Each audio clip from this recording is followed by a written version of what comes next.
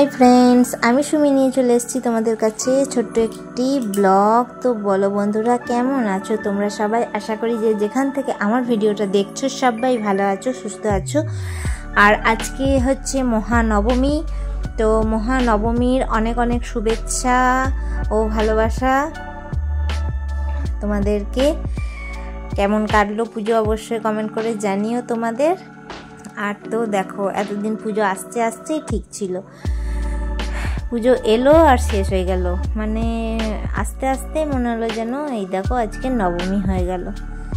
পুজো আসতে না আসতেই পুজো শেষ। আর পুজো এসেছে বলেই কিন্তু বাপের বাড়ি যাব, তার তোড়জোড় চলছে, তোমরা দেখতেই পাচ্ছ। আমি জামা কাপড় ভরতে শুরু করে দিয়েছি, বাড়ি যাব বাপের বাড়ি ঘুরতে, কারণ ওখানে অনেক সুন্দর সুন্দর প্যান্ডেল হয়। হ্যাঁ, সেই জন্য মনে হয় কি একটু দেখে আসি। এখানে তো এত প্যান্ডেল এত ধুমধাম হয় না, কিন্তু আমাদের বাপের বাড়ির ওই সাইডে অনেক সুন্দর সুন্দর প্যান্ডেল হয়, বড় বড় প্যান্ডেল, লাইটিং। আর যারা ওই সাইডে থাকো তারা জানো, কল্যাণীর আইটিআই এবারে দারুণ সুন্দর করেছে, তো সেইটা দেখতেই যাচ্ছি। তো দেখতেই পাচ্ছ কত খুশি খুশি মনে বেরিয়ে গেছি সকালবেলায়, মা মেয়ে দুজনাই আমরা যাই বাপের বাড়ি। আর এখানে এসে দেখছি বাবা কত লাইন পড়েছে ট্রেনে। তা ট্রেনের টিকিট কেটে নিয়ে প্রায় অনেকক্ষণই দাঁড়িয়ে থাকতে হলো, ট্রেনটা লেট ছিল। তো এই দেখো বন্ধুরা, ট্রেনে উঠে মেয়ে একটু বসার জায়গা পেয়েছে। ভিড় ছিল ভালোই, মানে একজন উঠে দাঁড়িয়েছিল বলে মেয়েকে বসতে দিয়েছে।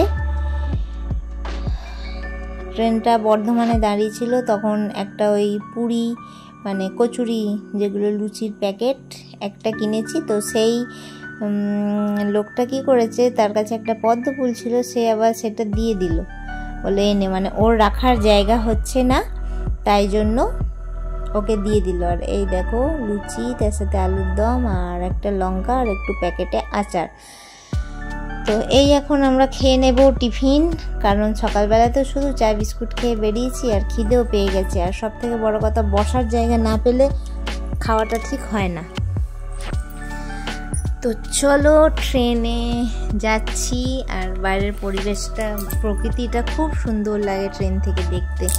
তো সেটাই একটু ক্যাপচার করলাম তোমাদেরকে দেখানোর জন্য, যে বাইরের প্রকৃতিটা দেখো। ওয়েদারটা মোটামুটি ঠিক ছিল, মানে মেঘলা মেঘলা, মাঝে মাঝে বৃষ্টি হচ্ছে আবার রোদ উঠছে, এরকম টাইপের ওয়েদার ছিল।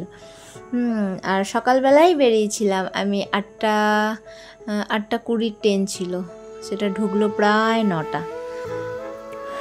তো যাই হোক, ট্রেন লেট ছিল, তার আগের একটা ট্রেন বাতিল ছিল। এখন মা মেয়েতে বেরিয়েছি, ভাবতে পারিনি যে এত বড় দুর্ঘটনা হবে আমাদের সাথে, আমরা এরকম দুর্ঘটনার মুখে পড়ব।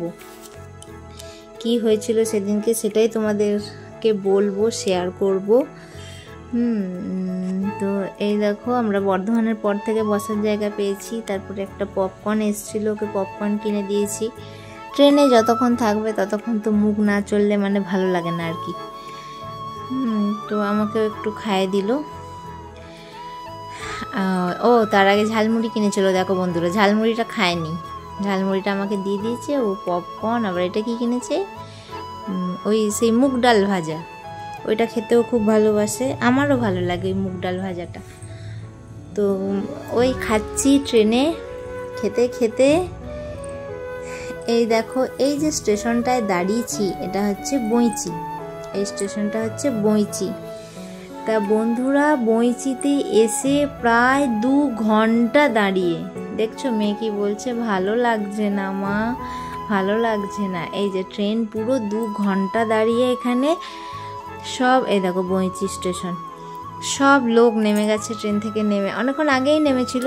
আবার বৃষ্টি চলে এসেছিলো বলে দেখতেই পাচ্ছ বৃষ্টি হয়ে গেল, এক পশলা বৃষ্টি হয়ে যাওয়ার জন্য সবাই আবার ট্রেনে ঢুকে গেছিলো। আবার বৃষ্টি যখন ছাড়লো তখন নামলাম, আমিও একটু নামলাম, বলছে মা চিপস খাবো চিপস খাবো। আসলে এতক্ষণ ধরে বসে থাকতে কারুরই ভালো লাগে না। তো নেমে অনেকটা দূর হেঁটেও মানে কোনো দোকান নেই, স্টেশনটা তো সেরকম খুব স্টেশন না, তো সেরকম কোনো দোকান নেই। তো দেখতে দেখতে হঠাৎ দেখলাম একজন পেয়ারা বিক্রি করছে, তো সেখান থেকে পেয়ারা কিনে নিয়ে এলাম।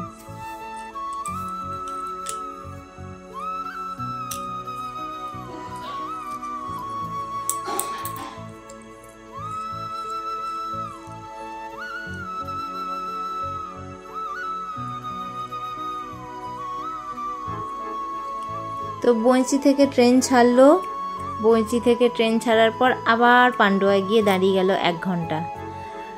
কারণ কি কারণ যেন বন্ধুরা? কারণ হচ্ছে সেদিনকে না, তার আগের দিন রাত থেকে কলকাতায় প্রচুর বৃষ্টি হয়েছে, একদম সে আকাশ ভাঙা বৃষ্টি।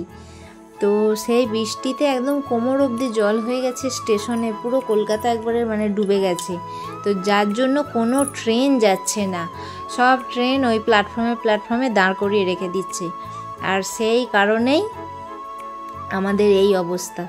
আমরা ট্রেনে, ভাবতে পারছো বন্ধুরা, 8টায় বাড়ি থেকে বেরিয়েছি, সেখানে বাপের বাড়ি পৌঁছালাম বেলা 3টের সময়। এতক্ষণ ট্রেনে জার্নি করছি, আর কি করব, এই টুকটা খেয়ে খেয়ে কি আর পেট ভরে, তাই খাচ্ছি। তো শেষে একটু কলা এসেছিলো বলে কলা খেলাম, মেয়ে দুটো কলা খেলো, তারপরে মেয়ের পেটটা আর কি ভরলো। কিছু করারও নেই, শুধু ট্রেনে বসে বসে ভাবছি যে আমার যদি মগরাতেও ট্রেনটা নিয়ে গিয়ে থামায়, মুখ চোখের অবস্থা দেখো বন্ধুরা, টেনশান।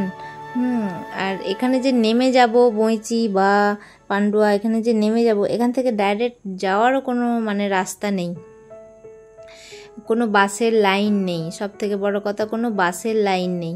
এই দেখো, তারপরে হ্যাঁ, খন্নানে এসে দাঁড়িয়েছিল অনেকক্ষণ বন্ধুরা। তো খন্নানে যখন ট্রেনটা দাঁড়িয়েছিল, তো খন্নান থেকে তখন একটা খবর হলো কি, লোকাল একটা দিয়েছে। এই যে এই ট্রেনটা হচ্ছে লোকাল ট্রেন, এই ট্রেনটা করে আমি এলাম। লোকাল ট্রেনটা দিয়েছিল বলে মানে রেহাই, লোকাল ট্রেনটা করে এসে আমি আদিসপ্তগ্রামে নামলাম। এখান থেকে আমার বাবাই আমাকে নিতে এসেছিল। আর এই যে দেখতেই পাচ্ছ, এবার বাবার গাড়ি করে যাচ্ছি বাড়ি, বাবাই নিতে এসেছিল। আর আমাদের মুখ চোখের অবস্থা দেখে বুঝতেই পারছো, এই এতক্ষণ সারাদিন ট্রেনের মধ্যে বসে থাকা, ট্রেনের মধ্যে জার্নি, এই শুধুমাত্র এই বৃষ্টির জন্য। আর আমরা তো জানতাম না যে এরকম বৃষ্টি হবে, বা আগের দিন কলকাতায় এত বৃষ্টি হয়েছে। আমি আবার ভাবছিলাম দুপুরবেলায় যাব খেতে। বন্ধুরা, দুপুরবেলায় যদি বেরোতাম তাহলে কি হতো, রাত হয়ে যেত, তখন মেয়েকে নিয়ে আমি কি করতাম, আমি শুধু সেইটাই ভাবছি। সকালবেলায় বেরিয়েছি বলে না হয় যাই হোক একটা টাইমে পৌঁছেছি, দুপুরবেলার মধ্যে পৌঁছালাম দুপুর 3টের সময়। কিন্তু যদি দুপুরে বেরোতাম আমি শ্বশুরবাড়ি থেকে, তাহলে বাড়ি পৌঁছাতে, আর সেদিনকে বোধহয় বাড়ি পৌঁছাতে পারতাম না। আর সব থেকে বড় কথা, আমি আর মেয়ে দুজনে একা ছিলাম, আর কেউ ছিল না। সবারই হাত পা বাঁধা, মানে এমন একটা জায়গায় গিয়ে ট্রেনটা দাঁড়িয়েছে বইঁচি, না বাবা আমাকে আনতে যেতে পারছে, না এদিক থেকে কেউ যেতে পারছে। তো এটা হচ্ছে বন্ধুরা সন্ধেবেলায়। তারপরে তো বাড়ি এসে খেয়ে দিয়ে রেস্ট নিয়েছি একটু। সন্ধেবেলায় আবার একটু বেরোবো, বোনের সাথে দেখা করব, একটু মার্কেটিং করব। মেয়ে একটু চাউমিন খেয়ে নিল। আর এদিকে পুজো তো শুরু হয়ে যায়, এদিকে তো অনেক আগে মহালয়ার পর থেকে ঠাকুর দেখা শুরু হয়ে যায়। তো সেই কারণে বোনের সাথে একটু বেরোলাম, একটু মার্কেটিং করার ছিল। তো আমার মেয়েরই মানে বাবা মা কিনে দেবে, সেই জন্য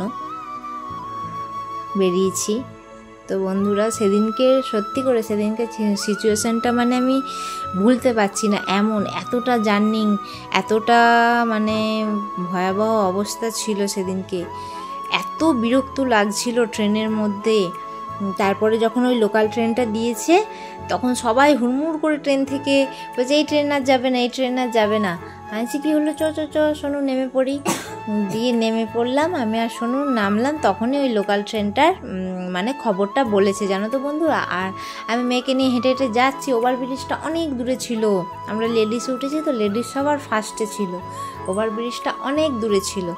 তা এবার খবর বলে দিয়েছে লোকাল ট্রেন, আমি দেখছি লোকাল ট্রেনটা পাবো না। তখন সোনুকে বললাম আবার এই ট্রেনে ওঠ, মানে যে ট্রেনটা দাঁড়িয়ে আছে। তো মা ও বলছে কেন মা আবার এই ট্রেনে কেন উঠবো? বলছি ওঠ না। দিয়ে ট্রেনে উঠে ওই দিকে নেমে, মানে উল্টো দিকে, ট্রেনের উল্টো দিকে, বুঝতে পারছেন তো বন্ধুরা, যেদিকে প্ল্যাটফর্ম সেদিকে না, ট্রেনের উল্টো দিকে আমি ওখান থেকে ট্রেন থেকে লাফ মারলাম, মানে সিঁড়ি দিয়ে একটু নেমে লাফ মেরেছি। আর আমার মেয়ে তো খুব ভয় পাচ্ছিলো, বলছে না না মা আমি এখান দিয়ে নামতে পারবো না। কত বড় ললিপপ দেখো বন্ধুরা, এখান দিয়ে নামতে পারবো না। আছি দাঁড়া আমি নামি, তোকে আমি কোলে করে নামাচ্ছি। ওকে নামিয়েছি, আমার সাথে ট্রলি ছিল, ট্রলি নামিয়েছি, নামিয়ে দেখছি ট্রেন ঢুকছে, লোকাল ট্রেন ঢুকছে। আছি দৌড়া, শোনো এই প্ল্যাটফর্ম মানে রেল লাইনটা টপকাতে হবে, ওই প্ল্যাটফর্মে না উঠলে তো ট্রেনটা ধরতে পারবো না। মানে তখন হচ্ছে মরি কি বাঁচি, আমার ট্রেন ধরার নিয়ে কাজ, মানে একটাই লক্ষ্য, আমার ট্রেনটা ধরে আমাকে যা হোক করে আমাকে বাড়ি পৌঁছাতে হবে। দিয়ে ও তো তাড়াতাড়ি দৌড়ে পালালো, ওখানে লোকরা ধরে ওকে তুলে নিল প্ল্যাটফর্মের ওপরে। আমিও দৌড় লাগিয়ে ট্রলিটা তুললাম আগে, তবে ওখানে যে লোকগুলো ছিল ওরাই ধরলো। ট্রলিটা তুলেছি, আমাকেও তুলেছে ওরাই। আর এত উঁচু প্ল্যাটফর্ম বন্ধুরা, মানে উঠতে পারছিলাম না। কতটা যে রিস্ক নিয়ে লোকাল ট্রেনটা ধরেছি, জীবনের ঝুঁকি নিয়ে, তা কি বলবো বন্ধুরা, মানে সেই মুহূর্তটা তোমাদেরকে জানি না বলে বোঝাতে পারলাম কি।